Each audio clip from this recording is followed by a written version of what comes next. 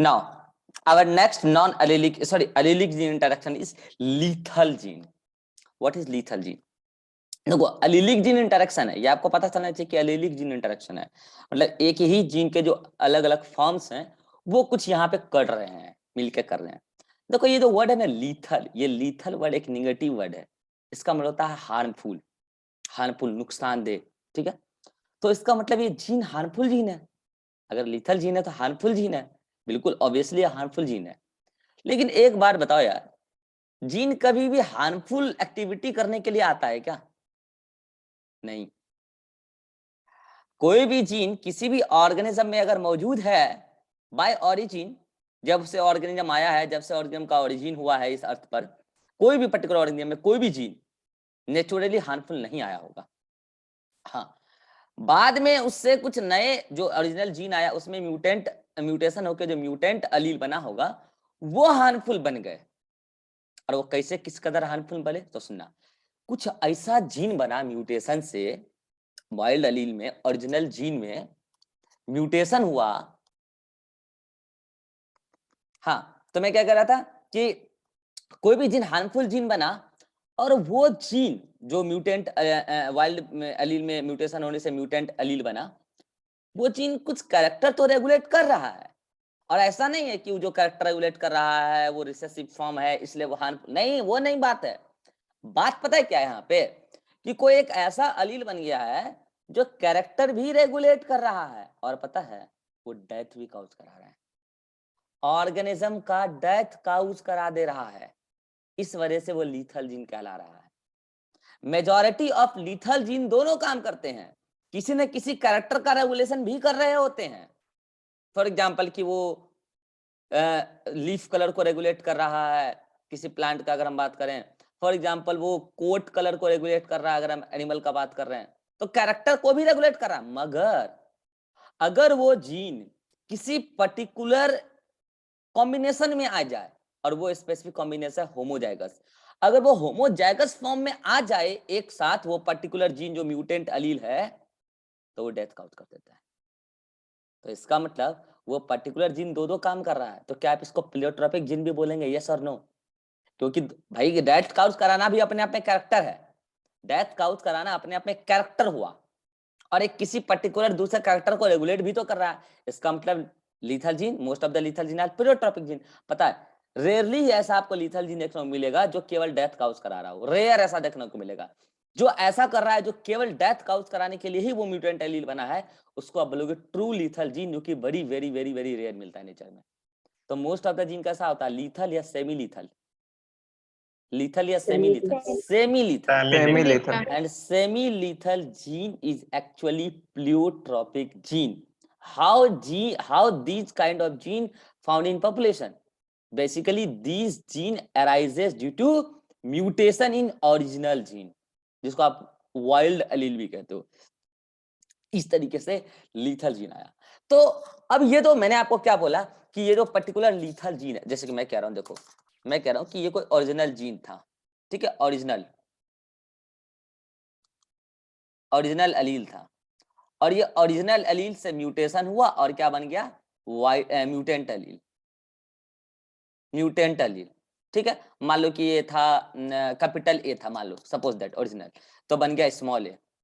तो अगर ये म्यूटेंट अलील, ये जो म्यूटेंट अलील है, अगर ये होमोजाइगस फॉर्म में आ जाए, होमोजाइगस फॉर्म में तो इसी तरीके से आ सकता है, अगर ये होमोजाइगस फॉर्म में आ जाए तो ये डेथ काउज करा देगा। अच्छा ये भी हो सकता है कि ये वाला भी डोमिनेंट हो और बाद में जो बना हो वो भी डोमिनेंट हो, ए डैश मान लो, ये भी डोमिनेंट ये भी डोमिनेंट, इसका मतलब ये भी किसी न किसी कैरेक्टर को रेगुलेट कर रहा था, कैरेक्टर के फॉर्म को रेगुलेट कर रहा था, ये भी कैरेक्टर के दूसरे फॉर्म को रेगुलेट कर रहा है। इसका मतलब इसमें रेसेसिव कोई सा भी नहीं है। लेकिन जब ये वाला होमोजाइगस फॉर्म में आएगा, ये वाला होमोजाइगस फॉर्म में आएगा, तभी डेथ काउज करा पाएगा। म्यूटेंट अलील अगर लीथल जीन है वो डेथ तभी काउज करा पाएगा, ऐसा सारे केस में रिपोर्ट हुआ है, जब वो होमोजाइगस फॉर्म में आएगा। तो एक बात बताओ, डेथ काउज कराने के संदर्भ में, क्योंकि ये प्लेयोट्रोपिक जीन बन गया, दो कैरेक्टर को रेगुलेट कर रहा है, मैंने आपको कब बोला था कि आप अगर किसी भी जीन को या किसी भी फॉर्म को डोमिनेंट और रिसेसिव बोलना चाह रहे हैं तो आपको पहले डिसाइड करना पड़ेगा कि आप किस पर्टिकुलर कैरेक्टर के संदर्भ में बोलना चाह रहे हैं। या कोप्रियोट्रोपिजन के बारे में बताया था। डेथ काउज कराने के संदर्भ में अगर आप इस अलील को बोलना चाहते हैं तो क्या बोलेंगे, डोमिनेंट या रिसेसिव? डोमिनेंट या रिसेसिव? रिसेसिव। डोमिनेंट। रिसेसिव, क्योंकि डोमिनेंट तो अगर वो डोमिनेंट है, डेथ काउज कराने के मामले में अगर वो डोमिनेंट है तो एक अकेला एलील भी डेथ काउज करा सकता है। फिर उसको होमोजाइगस में आने की क्या कंडीशन है? होमोजाइगस में आने की क्या कंडीशन है? डोमिनेंट तो वो होता है ना जो अपने आप को हेटेरोजाइगस और होमोजाइगस दोनों में रिप्रेजेंट कर ले।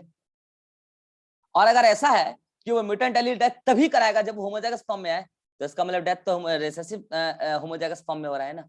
यस और नो? डेथ काउज कराने के संदर्भ में यस और नो? तो डेथ काउज कराने के संदर्भ में वो अलील, वो पर्टिकुलर कॉम्बिनेशन होमोजाइगस रिसेसिव के फॉर्म में डेथ कॉज करा रहा है।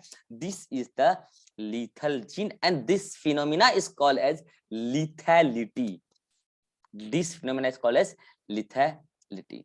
अब समझना ध्यान से, वो पर्टिकुलर अलील जो म्यूटेंट अलील बना, लीथल जीन बना, ठीक है, वो होमोजाइगस फॉर्म में आ जाएगा, डेथ काउज करा देगा।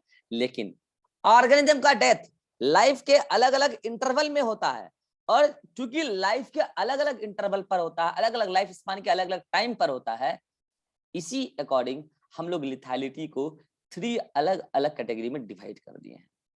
कुछ ऐसे लिथैलिटी के केस हमें रिपोर्ट हुए हैं कि अगर वो पर्टिकुलर जाइगोटिक कॉम्बिनेशन बन गया और उसमें लिथल जीन होमोजाइगस फॉर्म में आ गया तो उस ऑर्गेनिज्म का डेथ एम्ब्रियोनिक कंडीशन में ही हो जाता है, या तो जाइगोटिक कंडीशन में या नहीं तो एम्ब्रियोनिक कंडीशन में, यानी कि बिफोर बर्थ। इसको बोलते हैं एब्सोल्यूट लिथैलिटी, खतरनाक वाला लिथैलिटी। ऑर्गेनिज्म पैदा होने से पहले ही मर जाता है। और इसका सबसे पॉपुलर एग्जांपल हमारे ह्यूमन स्पीसीज में जो है हीमोफीलिया। हीमोफीलिया आगे डिटेल में पढ़ाने वाला हूँ।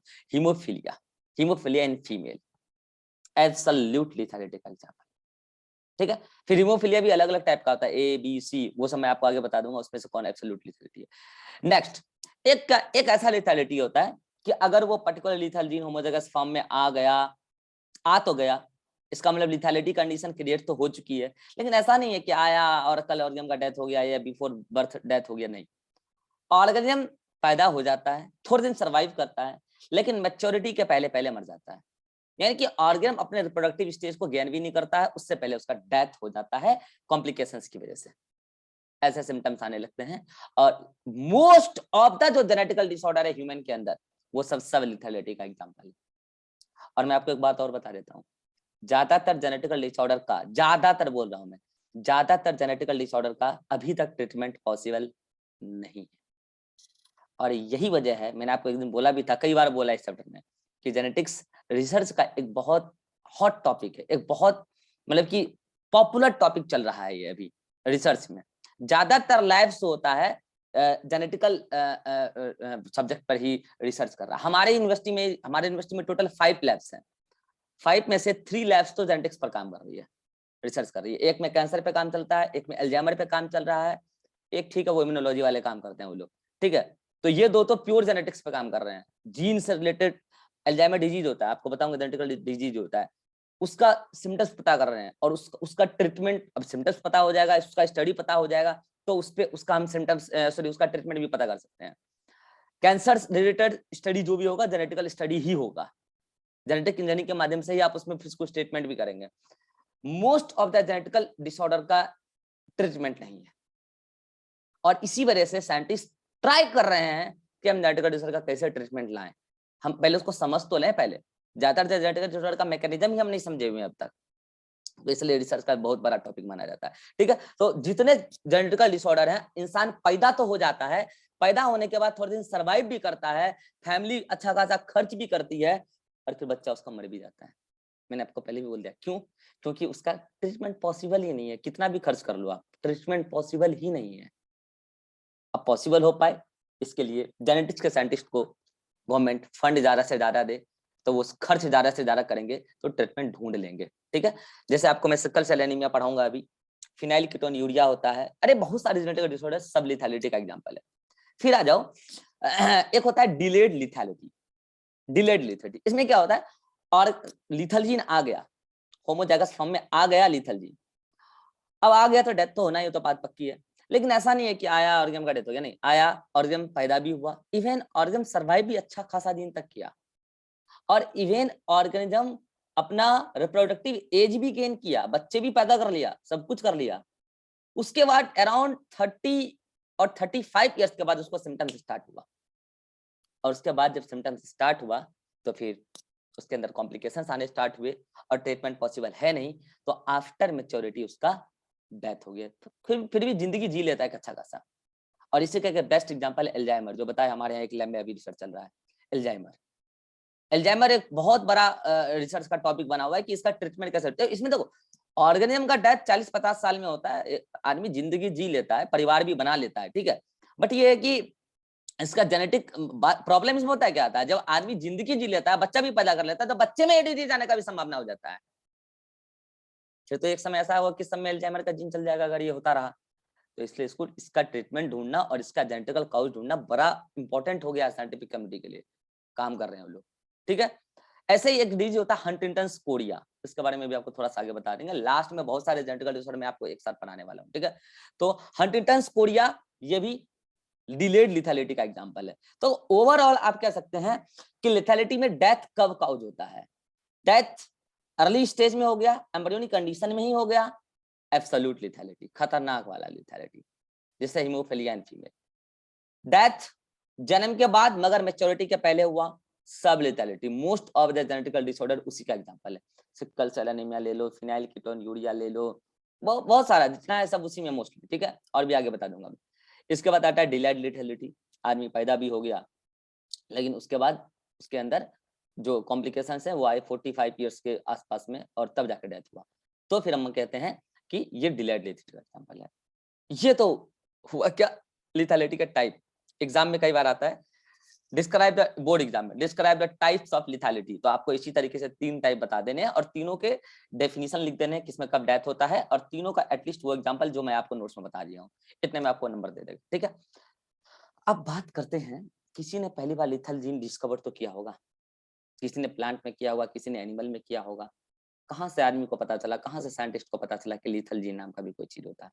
अच्छा एक बात बताओ, ये तो लिथल जीन है, ये एलीलिक जीन इंटरेक्शन है या नॉन एलीलिक? मैंने क्या बोला, वही पर्टिकुलर जीन जो म्यूटेंट एलील है, होमोजाइगस फॉर्म में आएगा तब डेथ काउज कराएगा। तो ये एलीलिक है या नॉन एलीलिक कॉम्बिनेशन है? एलीलिक। तभी हम इसको एलीलिक जीन इंटरेक्शन में पढ़ रहे हैं, ठीक है। वो अलग बात है कि एक अलग ही टाइप का इंटरेक्शन है, निगेटिव टाइप का इंटरेक्शन है, डेथ काउज कराने वाला इंटरेक्शन है। तो सबसे पहले लिथल जीन प्लांट में डिस्कवर किया गया था, और डिस्कवर करने वाले साइंटिस्ट थे क्यूनॉट। नहीं, अगर हम प्लांट और एनिमल की बात करें तो अलग अलग है, पहले एनिमल में तब प्लांट में, सॉरी पहले एनिमल में।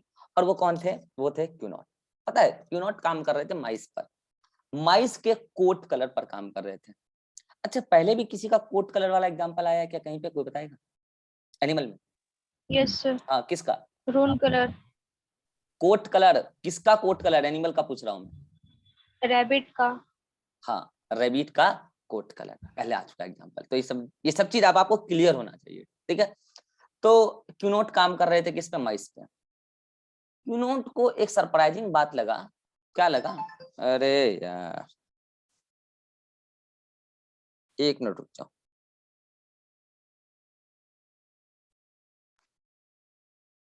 हाँ जी, तो क्यूनोट को ऐसा लगा कि माइस के अंदर हम डिफरेंट डिफरेंट टाइप के कोट कलर देखते हैं, कहीं ब्राउन देखते हैं, कहीं येलो देखते हैं।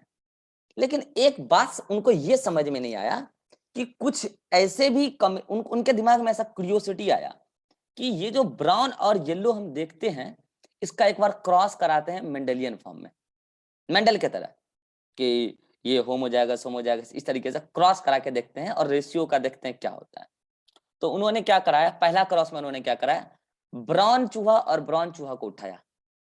उनको नहीं, अभी तक उनको ये नहीं पता, उनको उनको चूहे के पॉपुलेशन में 2 तरीके का कोट कलर दिखा, एक येलो दिखा, एक ब्राउन ब्राउन दिखा। उन्होंने ब्राउन वाले को उठाया, 2 ब्राउन वाले को उठाया, क्रॉस कराया, तो क्या आया? ब्राउन आया। देखना ध्यान से मैं क्या बोलने वाला हूं। ब्राउन ब्राउन को उठाया, ब्राउन और ब्राउन को उठाया तो ब्राउन आया पहले क्रॉस में। यहां उनको किसी प्रकार का कोई रेशियो मिला क्या? ऑल ब्राउन आया, कोई रेशियो मिला?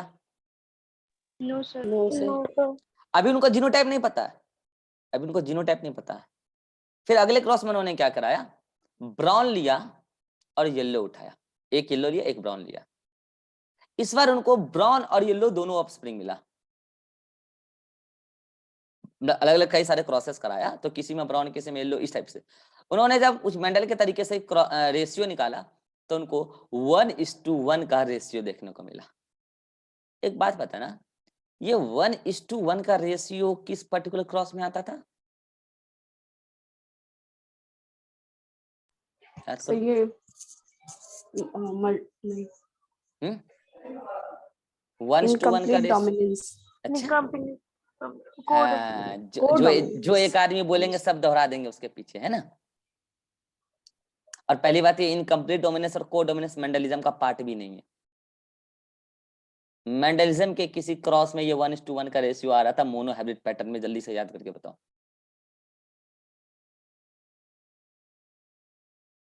अब बताओ आप क्या पढ़ते हो, बताओ बताओ आप क्या सर F1 जनरेशन में। हाँ,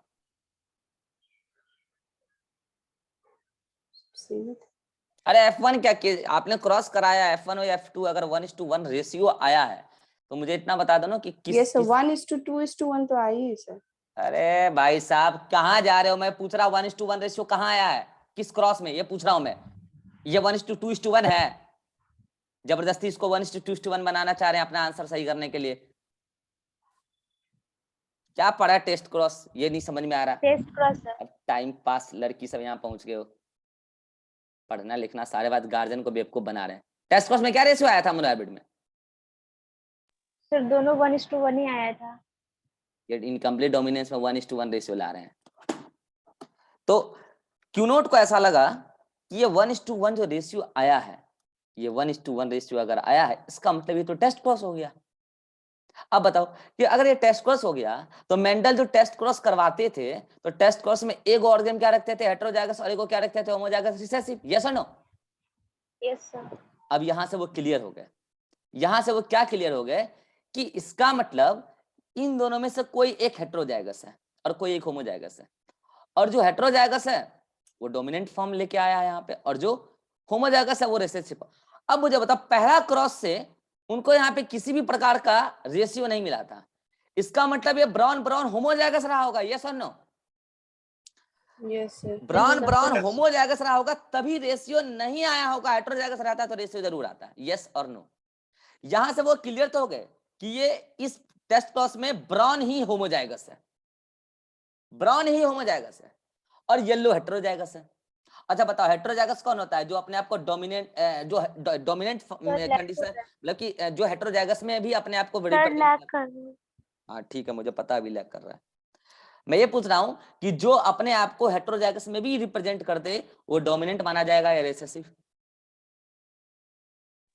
सर अभी भी लैग हो रहा है सर, लैग कर रहा है।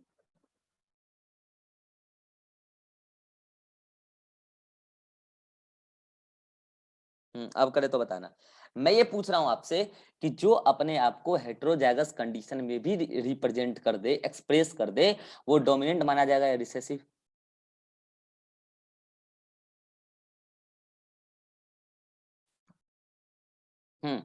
चलो अब लैग नहीं करेगा।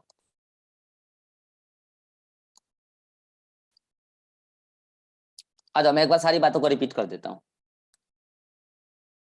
लैग नहीं करेगा। अभी भी लैग कर रहा है? No sir. हाँ मैं ये कह रहा हूँ कि क्यूनोट ने पहले वाले क्रॉस में ये जब कराया उनको कोई रेशियो नहीं मिला, तो ये कंफर्म हो गए कि ये जो भी ब्राउन है ये तो होमोजाइगस है, ये होमोजाइगस है, यहीं से वो कंफर्म हो गया। फिर जब उनको सेकंड क्रॉस में 1:1 का रेशियो आया तो यहाँ पे उनको लगा ये तो टेस्ट क्रॉस है, तो इसका मतलब एक होमोजाइगस होगा एक हेटेरोजाइगस होगा। तो चूंकि पहले क्रॉस में कंफर्म हो चुके थे ब्राउन वाला होमोजाइगस है तो येलो वाला हेटेरोजाइगस है। अब मुझे ये बताओ जो अपने आप को हेटेरोजाइगस कंडीशन में रिप्रेजेंट कर ले, अपने आप को एक्सप्रेस कर ले, वो डोमिनेंट माना जाता है या रिसेसिव? डोमिनेंट। इसका मतलब येलो है डोमिनेंट और ये ब्राउन है रिसेसिव। यहां से सेकंड क्रॉस उनको ये क्लियर हुआ कि रिसेसिव है, इसका मतलब ये होमोजाइगस रिसेसिव था और ये भी होमोजाइगस रिसेसिव था। अब मुझे बताओ अब आप क्या करोगे, क्या यहाँ स्मॉल बाय जीनोटाइप लिख लोगे? उन्होंने भी ऐसा ही किया होगा, स्मॉल बाय Yes, sir. और स्मॉल बाय से स्मॉल बाय ही आया होगा, तभी को रेशो नहीं मिला। यहाँ स्मॉल बाय और यहाँ कैपिटल वाई लिखे होगे, क्यूनोट ने भी ऐसा ही लिखा होगा, तब जाके ब्राउन आया होगा स्मॉल बाय और येलो आया होगा कैपिटल वाई स्मॉल बाय 1:1 के रेशियो में। सेकंड क्रॉस तक उनका ये ऑब्जर्वेशन रहा। थर्ड क्रॉस में उन्होंने क्या सोचा कि अरे भाई मेरे क्रॉस में कहीं पे भी येलो और येलो को क्रॉस कराने से ऐसा कुछ नहीं आ रहा है, तो एक काम करते हैं, एक बार येलो मतलब येलो और येलो को क्रॉस उन्होंने अभी तक कराया नहीं है, तो उन्होंने सोचा एक काम करते हैं ना, हेटेरोजाइगस को क्रॉस कराते हैं, देखते हैं क्या होता है। तो उन्होंने क्या किया, येलो और येलो को उठाया। तो येलो बताओ क्या हेटेरोजाइगस, के भी येलो क्या हेटेरोजाइगस, Dominant. हेटेरोजाइगस डोमिनेंट उठाया उन्होंने। मुझे बताओ जीनोटाइप क्या रहा होगा, कैपिटल वाई स्मॉल वाई। क्यों नॉट रिजल्ट क्या एक्सपेक्ट कर रहे होंगे, फिनोटिपिक और जीनोटिपिक सेल्फिंग की तरह कराया जा रहा है, तो Yes, क्या 3:1 फिनोटिपिक और जीनोटिपिक रेशियो और एक्सपेक्ट कर रहे होंगे? phenotypic 3:1 और genotypic 1:2:1। फिनोटिपिक वो एक्सपेक्ट कर रहे होंगे 3:1 और जीनोटिपिक वो एक्सपेक्ट कर रहे होंगे 1:2:1। लेकिन पता उनको रेशियो क्या मिला, जीनोटिपिक रेशियो उनको मिला 2:1 और फिनोटिपिक रेशियो भी उनको 2:1 ही मिला। अब ऐसा कैसे हुआ? तो उन्होंने बकायदा जब कॉपी पे क्रॉस कराया तो उन्होंने सोचा कि एक आया होगा कैपिटल वाई, एक आएगा कैपिटल वाई, एक आएगा स्मॉल वाई। फिर उन्होंने देखा कि 2 प्रोबेबिलिटी के मतलब कि 2 रेशियो में जो इंडिविजुअल है हेटेरोजाइगस सर्वाइव कर रहे हैं, हेटेरोजाइगस डोमिनेंट सर्वाइव कर रहे हैं येलो कलर वाले, और ब्राउन वाले भी सर्वाइव कर रहे हैं। तो ये 2 वाले और ये 1 वाले तो सर्वाइव कर रहे हैं, लेकिन ये ऐसा कोई इंडिविजुअल पॉपुलेशन में दिखता ही नहीं है, पैदा ही नहीं होता है, एम्ब्रियोनिक कंडीशन में ही डेथ हो रहा है। हाँ, कौन सा एग्जांपल, एब्सोल्यूट लिथैलिटी, सब लिथैलिटी या डिलेड लिथैलिटी? Absolute. तो पैदा ही नहीं हो रहा है, पॉपुलेशन में आ ही नहीं रहा है, रेशियो उनको 2:1 मिल रहा है। कितनी बार वो रिपीट कर लिया एक्सपेरिमेंट को, रेशियो 2:1 ही मिल रहा है। अब उनको लगा कि इसका मतलब ये जो कैपिटल वाई है यही है लीथल जीन। अब सुनना ध्यान से, ये capital Y coat colour in mice के संदर्भ में कौन सा एलील, डोमिनेंट या recessive? Coat colour in mice के संदर्भ में ये डोमिनेंट एलील, और लिथैलिटी के संदर्भ में, लिथैलिटी के संदर्भ में जब कैपिटल वाई आ रहा है तो डेथ काउज हो जा रहा है, लिथैलिटी के संदर्भ में ये कौन सा एलील माना जाएगा? रिसेसिव, क्योंकि ये होमोजाइगस कंडीशन में डेथ काउज करा रहा है, और डेथ स्मॉल वाई का नहीं हो रहा है, तो यहाँ पे डेथ काउज हो गया होमोजाइगस कंडीशन में, पॉपुलेशन में कभी देखने को नहीं मिला। तो आपसे ही तो पूछा जाएगा क्या कि लिथैलिटी का रेशियो बताइए, फिनोटिपिक और जीनोटिपिक रेशियो दोनों क्या आएगा, 2:1। ये है मॉडिफाइड रेशियो 2:1। 2 क्या है येलो और 1 क्या है ब्राउन। जैसे का जैसा क्यूनॉट को एनिमल में देखने को मिला माइस में, ठीक इसी प्रकार से दूसरे साइंटिस्ट को प्लांट में भी देखने को मिल गया, और वो थे ईबॉर। पता है ईबॉर ये उसी प्लांट पे काम कर रहे थे, याद है, डॉग फ्लावर, एंटेरियम मेजस, याद है? पहले कुछ बता रखे हैं, मुझे बताओ हम लोग पहले एंटेरियम मेजस का कौन सा कैरेक्टर पढ़ चुके हैं? फ्लावर कलर किस पर्टिकुलर इनहेरिटेंस का एग्जांपल था? Incomplete dominance. ठीक है, अब क्यूनोट के स्टडी के बाद ईबॉर को ऐसा पता लगा कि प्लांट के अंदर भी लिथैलिटी देखने को मिलता है, और इंटीरियर मेजर्स में उन्होंने लीफ कलर का स्टडी किया। उनको इंटीरियर मेजर्स के पॉपुलेशन में लीफ का 2 कलर देखने को मिलता था, एक तो ग्रीन और एक गोल्डन। अच्छा, गोल्डन का एक नाम, कॉमन नाम याद रखना, उसको ऑरिया प्लांट कहते हैं, बड़ा ही अट्रैक्टिव प्लांट होता है, बड़ा ही सुंदर होता है, गार्डन वगैरह में लगाते हैं, ठीक है, अट्रैक्टिव प्लांट होता है। तो गोल्डन और ग्रीन लीफ का उनको प्लांट दिखा, तो उन्होंने सोचा क्या कि पहले ग्रीन को क्रॉस कराते हैं, जैसे उन्होंने क्यूनोट ने कराया माइस में। तो ग्रीन का जब उन्होंने क्रॉस कराया तो क्या आया, ग्रीन आया। इससे वो क्या कंफर्म हुए, ग्रीन क्या है, होमोजाइगस या हेटेरोजाइगस? होमोजाइगस। अब रिसेसिव है डोमिनेंट है वो सब बाद में बात होगा, अभी उनको थोड़ी पता, बस इतना पता चलेगा होमोजाइगस। फिर उन्होंने एक बार कराया ग्रीन और गोल्डन लीफ वाला, तो उनको रेशियो 1:1 मिला, तो उनके दिमाग में क्या कनका होगा, कौन सा क्रॉस है? Test cross. और अगर ये टेस्ट क्रॉस है तो 1 मेंबर क्या रहा होगा, होमोजाइगस, 1 मेंबर क्या रहा होगा, हेटेरोजाइगस। अब मुझे बताओ पहले से वो क्या डिक्लेयर कर रखे कि कौन है होमोजाइगस? ग्रीन कलर वाला। ग्रीन ये कलर, तो होमोजाइगस है, ग्रीन कलर वाला। और अगर ग्रीन होमोजाइगस है तो फिर गोल्डन हेटेरोजाइगस है। और जो अपने आप को हेटेरोजाइगस में रिप्रेजेंट कर ले वो क्या माना जाता है, डोमिनेंट और रिसेसिव। डोमिनेंट। इसका मतलब डोमिनेंट, इसका मतलब ये ग्रीन तो रिसेसिव था, ये तो रिसेसिव था, तो फिर उन्होंने जीनोटाइप भी लिख दिया, स्मॉल जी स्मॉल जी स्मॉल जी स्मॉल जी, यहाँ स्मॉल जी स्मॉल जी, यहाँ कैपिटल जी स्मॉल जी, फिर यहाँ स्मॉल जी स्मॉल जी, यहाँ कैपिटल जी स्मॉल जी, लिख दिया जीनोटाइप। अब उन्होंने क्या किया, गोल्डन गोल्डन को क्रॉस कराया। तो गोल्डन उन्होंने कौन सा लिया, हेटेरोजाइगस वाला ले लिया, जो उनको यहाँ से प्लांट मिल सकता है आराम से, सीड, तो उन्होंने ले लिया heterozygous dominant and heterozygous dominant, ले लिया, क्रॉस कराया। क्या एक्सपेक्ट कर रहे होंगे वो जीनोटाइपिक और फेनोटाइपिक रेशियो? फिनोटाइपिक 3:1 3:1 और 1:2:1। एक्सपेक्टेशन तो यही था, लेकिन ऐसा मिला नहीं, क्योंकि पेपर पे जब उन्होंने क्रॉस कराया मेंडल के अकॉर्डिंग, तो उनको एक्सपेक्टेशन तो वही था कि कैपिटल जी वाला आएगा, कैपिटल स्मॉल जी स्मॉल जी स्मॉल जी, 1:2:1 जीनोटाइपिक रेशियो आएगा और 3:1 फेनोटाइपिक रेशियो आएगा, लेकिन नहीं आया। रेशियो क्या आया, 2:1, और पॉपुलेशन में दिखा ही नहीं रेशियो 3:1। तब उन्होंने यहां से अनुमान लगाया कि एक्चुअली कैपिटल जी वाला तक का डेथ ही हो गया एम्ब्रियोनिक कंडीशन में। किसका एग्जांपल, एब्सोल्यूट लिथैलिटी, सब लिथैलिटी या डिलेड लिथैलिटी? Absolute lethality. और ये एब्सोल्यूट लिथैलिटी का एग्जांपल है, ये वाला पर्टिकुलर केस में। इसका मतलब इस पर्टिकुलर कैपिटल जी के केस में ऑर्गेन पैदा ही नहीं हुआ। इसका मतलब ये कैपिटल जी अलील लीफ कलर के संदर्भ में डोमिनेंट या रिसेसिव? रिसेसिव। अरे डोमिनेंट लीफ कलर के संदर्भ में, अभी आपने यहाँ पे डिसाइड किया था, लेकिन लिथैलिटी के संदर्भ में, क्योंकि ये स्मॉल कैपिटल जी के डेथ का उधर आ रहा है, रिसेसिव। अब आया उस दिन राजेश्वरी जो कह रही थी, देख के बोल देंगे डोमिनेंट है या रिसेसिव है। अब क्लियर हुआ, आप प्लियोट्रोपिक जीन को देख के नहीं कह सकते कि वो डोमिनेंट है या रिसेसिव है।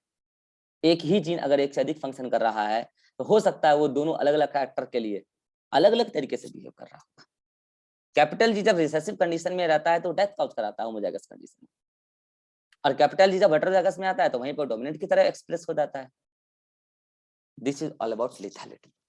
और लीथल जीन कोई अच्छा जीन नहीं है, हार्मफुल जीन है, और ये ऐसा कैरेक्टर भगवान ना दे किसी को ऐसा, क्योंकि उसमें फिर वो वाला केस आ जाएगा, होमोजाइगस फॉर्म आ जाएगा, तो डेथ ही हो जाता है, इंडिविजुअल का पैदा ही नहीं होता। अगर सब एब्सोल्यूट लिथैलिटी है, सब लिथैलिटी है तो एक समय पर डेथ होना ही है, एब्सोल्यूट में भी एक समय पर डेथ होना है। This is all about lethality. अगर लिथैलिटी में आप सभी को किसी को कोई दिक्कत है तो जल्दी से पूछे, फिर मैं अगले इंटरेक्शन पे चलता हूँ। अच्छा, मैंने पहले भी बोल दिया कि ह्यूमन के अंदर लिथैलिटी का बेस्ट एग्जांपल है most of the genetical disorder, और हम लोग आगे भी पढ़ेंगे भी सही, सिकल सेल एनीमिया भी पढ़ेंगे अगली मीटिंग में प्लियोट्रोपिक जीन में। ठीक है, ये रहा आपका लिथैलिटी का सारा बात। अगर कोई दिक्कत है तो आप पूछ सकते हैं। हाँ Rajeshwari. No sir. Ribha. No sir. Srishti. No sir. Vivek. No sir. चलिए मिलते हैं अगले मीटिंग में, इसको पढ़ लो जल्दी से।